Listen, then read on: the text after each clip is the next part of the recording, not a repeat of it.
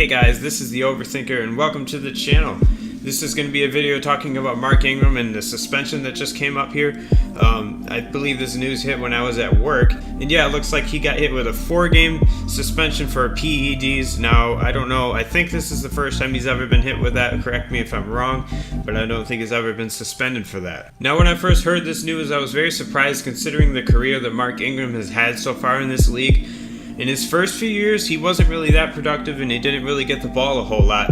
But over the last few years, Mark Ingram has been getting a lot of carries and he has been very successful for the Saints in their rushing attack. And honestly, Mark Ingram was so unsuccessful early on in his career, I had not realized how long he was actually been in the NFL. Mark Ingram has already been in the league 7 years. Now, if we look at the first 5 years of his career, he's definitely not played a full 16 games very often. It's only happened one time in his first 5 years. But then in the last 2 years, he's played the full 16 games both times, and he's gotten a lot of carries, and he's been very productive. And if we look at the top running backs from last year, he actually came in tied for first with Kareem Hunt in yards per carry at 4.9, which is outstanding. So again, I think it's very interesting that this stuff about his PED usage is coming out right now, and when he's going into a contract year after coming off a very good season. And also, if you look at touchdowns here, he scored 12 touchdowns, and Todd Gurley came in first with 13, but Todd Gurley also had a lot more carries. He had 279 carries. Mark Ingram only had 230. And Mark Ingram was very good on the goal line last year. I remember watching the Saints a couple times, and he was unstoppable on the goal line. So yeah, I think it's just kind of interesting how the Saints are choosing to talk about his contract like this. If they are saying that they don't want to re-sign him, I think that's kind of crazy.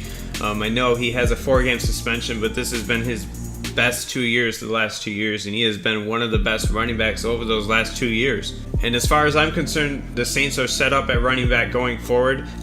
Kareem Hunt could be a starter in this league, and I think most people would say that. But that doesn't change the fact that I think this is wrong for the Saints to talk about his contract like this openly.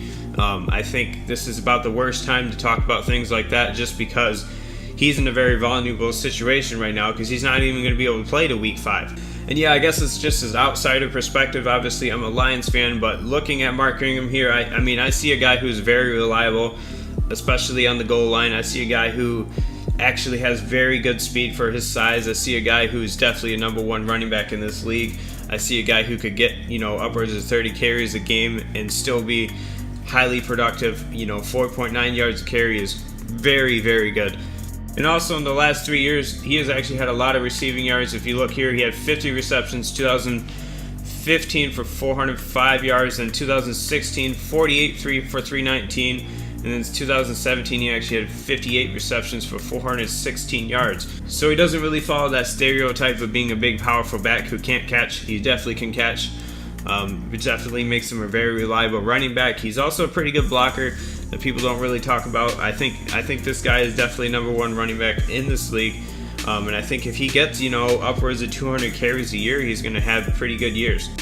But yeah, I mean, I'm pretty sure the Saints wouldn't have been able to afford him anyway. I mean, if he hit the market right now, I'm pretty sure he'd probably get somewhere between like $8 and $12 million a year. Even though he's not an Adrian Peterson type back, running backs like him don't really hit the market very often before they hit 30. And I think he's going to be, right now he's 29, so I definitely think he has some productive years ahead of him.